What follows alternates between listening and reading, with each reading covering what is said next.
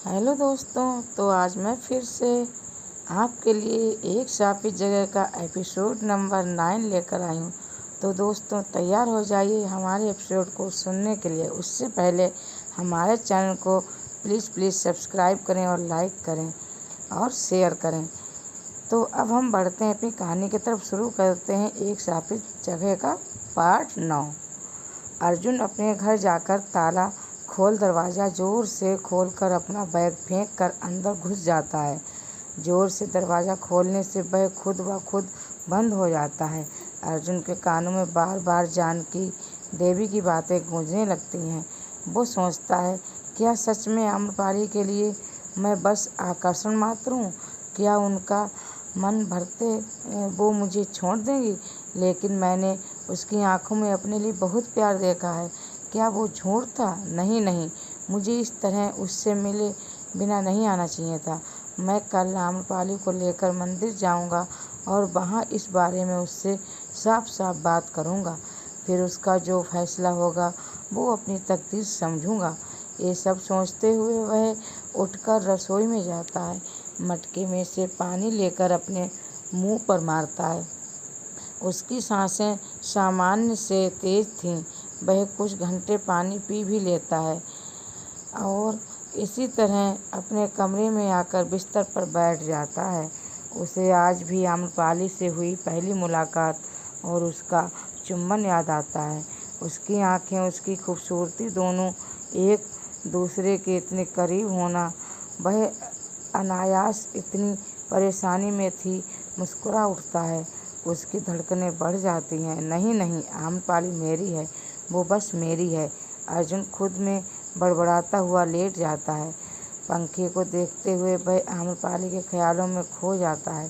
ख्यालों में वह आम्रपाली के साथ खूबसूरत वादियों में खुशहाल जिंदगी जी रहा होता है। इसी सब सोच के साथ मुस्कुराते हुए न जाने कब वो नींद की आगोश में खो जाता है।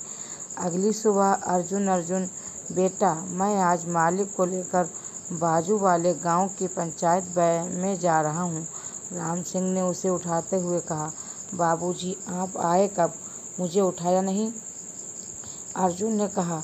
मुझे आते हुए रात के 2 बज चुके थे। जब घर आया तो पाया कि दरवाज़ा खुला हुआ था, इसीलिए मैं अंदर आकर सो गया और दरवाज़ा खुला था तो तुझे उठाकर क्या करता? राम सिंह ने कहा। हम्मा? अर्जुन ने बस इतना कहा। उसे याद आया कि वह दरवाज़ा बंद करना भूल गया था। आपको आने में कितना वक्त लगेगा मालिक के साथ? अर्जुन ने कुछ सोचते हुए पूछा। पता नहीं, वहाँ का काम हो जाए फिर आ जाएंगे। अच्छा बाबूजी, मेरी आज परीक्षा है, मुझे आशीर्वाद दीजिए कि पेपर अच्छा जाए। ये कहते हुए उसने राम सिंह के पैर छुए। तू होनहार है, पेपर तो अच्छा जाना ही है, राम सिंह ने कहा और उसे आशीर्वाद देकर वह निकल गया। अर्जुन जल्दी तैयार होकर परीक्षा देने पहुंचा। पेपर के बाद वह सीधा हवेली चला गया। अब गार्ड उसे पहचानते थे और आम्रपाली के साथ मालिक उसे जाने देते थे तो उन्हें उसके आने पर कोई दिक्कत ना हुई। वह हवेली के अंदर नहीं जा सकता था। रॉकी ने उससे पूछा, आज तो मालिक को कहीं जाना नहीं है, फिर तुम क्या लेने आए हो? दरअसल मालकिन ने मुझे फ़ोन किया था कि उन्हें आज काली मंदिर जाना है। तुम उन्हें कहो अर्जुन उन्हें काली मंदिर लेकर जाने के लिए आ चुका है।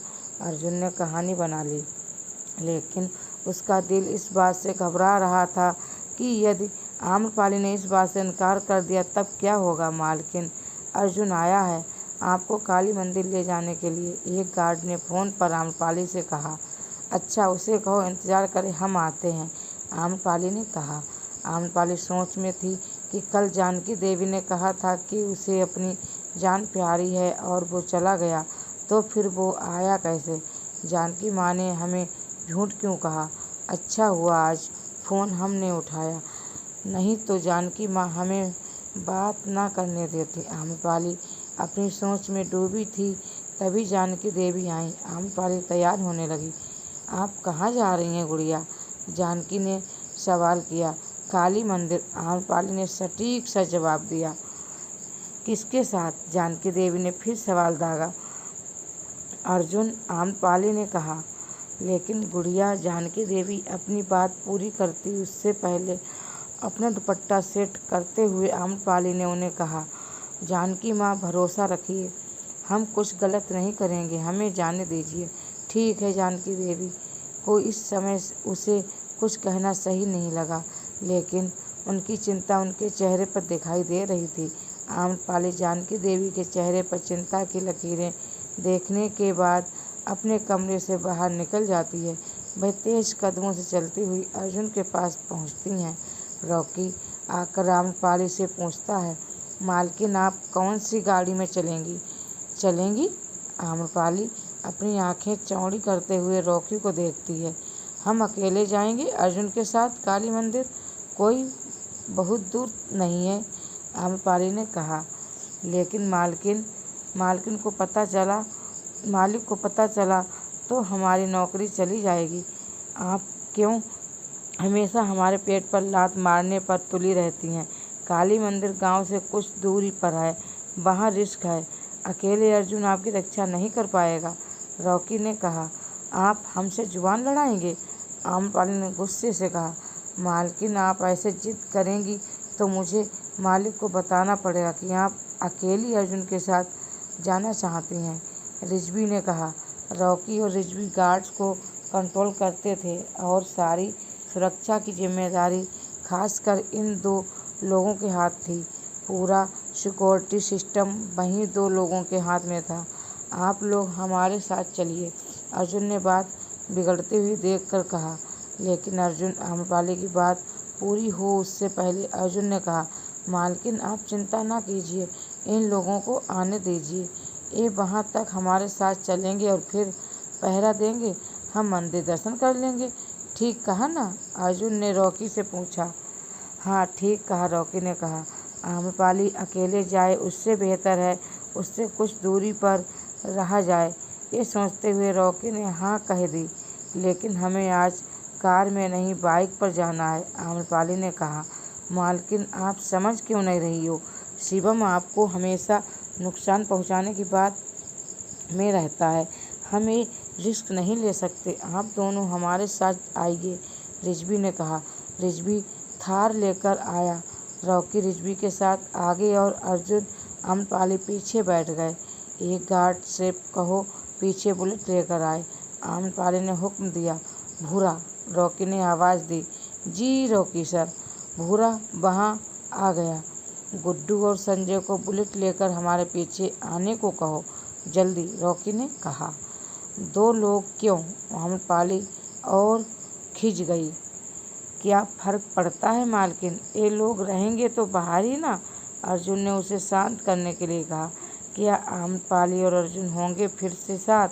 क्या मंदिर में कर रहा है कोई इंतजार आम्रपाली का? कोई खतरा मंडरा रहा है आम्रपाली के आसपास? कौन है वो? जानने के लिए सुनिए हमारे चैनल पर एक शापित कहानी, और हमारे चैनल को लाइक एंड सब्सक्राइब करें। दोस्तों, अगर इसके आगे के भाग और सुनना चाहते हैं और सुनने के लिए आप जिज्ञासु हैं तो हम जल्द से जल्द आपके लिए इसके आगे का भाग लेकर आएंगे। लेकिन प्लीज़ हमारे चैनल को सब्सक्राइब ज़रूर करें और लाइक भी करें, और हमारी स्टोरी आपको कैसी लग रही है ये भी बताएं। Thank you.